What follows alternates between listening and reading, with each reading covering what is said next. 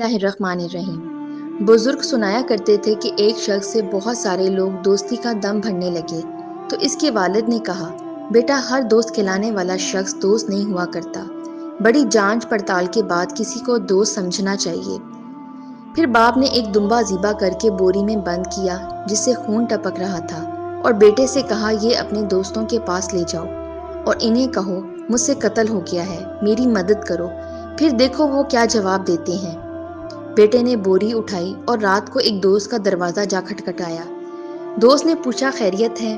کہنے لگا، یار مجھ سے قتل ہو گیا ہے، نہ لاش ٹھکانے لگانے کی جگہ مل رہی ہے نہ سر چھپانے کی، میری کچھ مدد کرو۔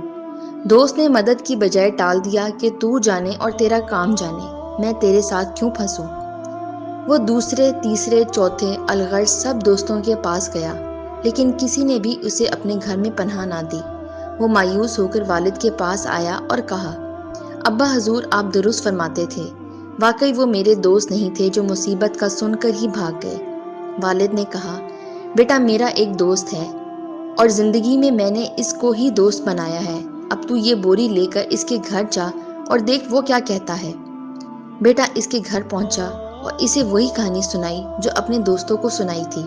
اس نے بوری لے کر مکان کے پچھواڑے میں گڑھا کھود کر دبا دی اور اوپر پھول لگا دیے تاکہ کسی کو شک نہ ہو۔ بیٹے نے باپ سے آ کر سب کچھ بیان کیا اور کہا، ابا جی آپ کا دوست تو واقعی سچا دوست ہے۔ باپ نے کہا، بیٹا ابھی ٹھہر جاؤ، اتنی جلدی فیصلہ نہ کرو، کل اس کے پاس دوبارہ جانا اور اس سے بدتمیزی کرنا اور پھر جو رد عمل ہو وہ آ کر مجھے بتانا۔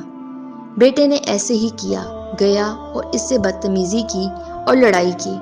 اس نے جواب میں کہا، اپنے والد سے کہنا فکر نہ کرے، تمہارا دوست چمن کبھی نہیں اجاڑے گا، مطلب جو پودے لاش کے اوپر لگائے ہیں وہ سدا لگے رہیں گے، انہیں کبھی نہیں اکھاڑوں گا، یعنی تیرے بیٹے کی بدتمیزی کو دیکھ کر اس کا راز کبھی فاش نہیں کروں گا کیونکہ میں تیرا دوست ہوں۔ دوست مشکل وقت میں کبھی ساتھ نہیں چھوڑتا۔ موبائل فون اور خصوصاً فیس بک کی بدولت آج سب کے پاس ہزاروں دوست ہیں، ان ہزاروں میں سے کتنے ہیں جو واقعی ہمارے دوست ہیں، اور کیا ہم خود بھی